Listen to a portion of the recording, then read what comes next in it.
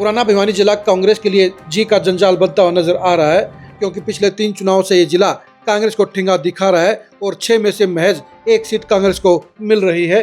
और अब किरण चौधरी के जाने के बाद तो ये जिला परमानेंट तौर पर कांग्रेस के लिए बंजर होता हुआ दिख रहा है। नमस्कार, मैं हूं कुलदीप सुरान। आज हम खरी खरी न्यूज में चर्चा करेंगे पुराने भिवानी जिले के सियासी हालात की, बीजेपी की मजबूती की और कांग्रेस की दुर्गति की।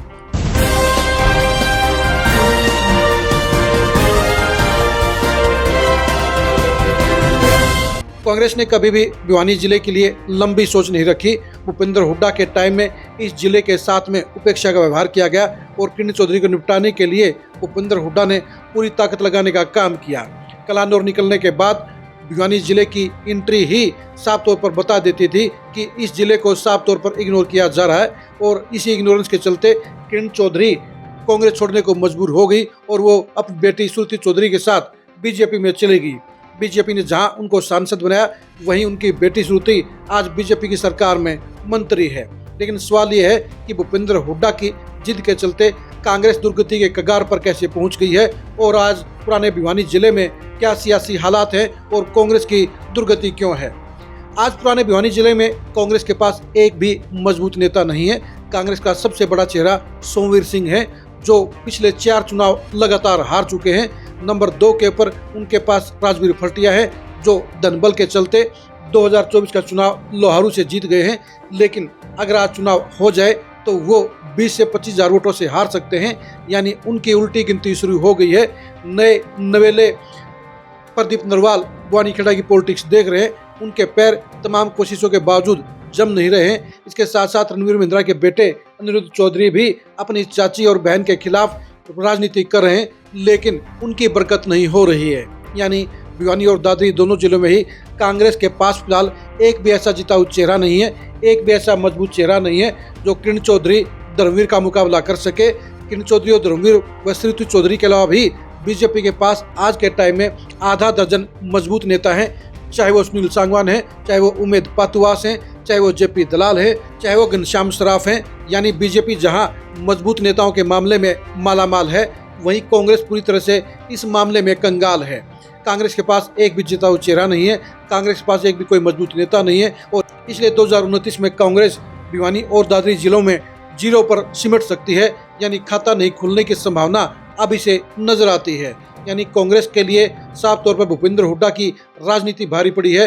भूपेंद्र हुड्डा ने भिवानी की सियासत में रणवीर महिंद्रा को आगे बढ़ाया, उन्होंने संदीप सिंह को आगे बढ़ाने का काम किया, उन्होंने सोमवीर सिंह को आगे बढ़ाने का काम किया।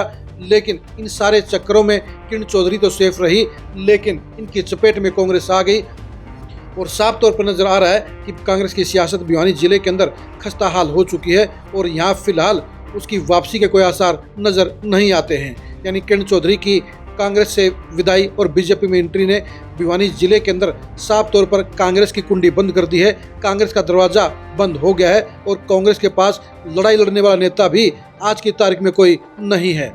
यही वजह है कि यहाँ बीजेपी की मौज हो गई है और कांग्रेस के लिए दुर्गति के हालात हैं। 1 लाख वोटों वाले बारडा हल्के में बीजेपी जीतती है। सुनील सांगवान की ज्वाइनिंग के बाद दादरी में बीजेपी जीतती है। इसके साथ साथ लगातार 3 चुनाव से वो बुआनीखेड़ा में जीती है और लगातार 4 चुनाव भिवानी की सीट के ऊपर बीजेपी जीत रही है। यानी वक्त के साथ बीजेपी लगातार मजबूत हो रही है और कांग्रेस लगातार गर्त में जा रही है। पहले धर्मवीर सिंह और अब किरण चौधरी के बीजेपी में आने के बाद जहां बीजेपी का डंका बज रहा है, वहीं कांग्रेस के लिए लगातार बदहाली के परिणाम आ रहे हैं। अब देखने की बात ये रहेगी कि 2029 में इस बदहाली को कैसे कांग्रेस हाईकमान रिकवर करता है, कैसे पार्टी के प्रदेश अध्यक्ष राव नरेंद्र सिंह भिवानी दादरी जिले में कांग्रेस को मजबूत करते हैं।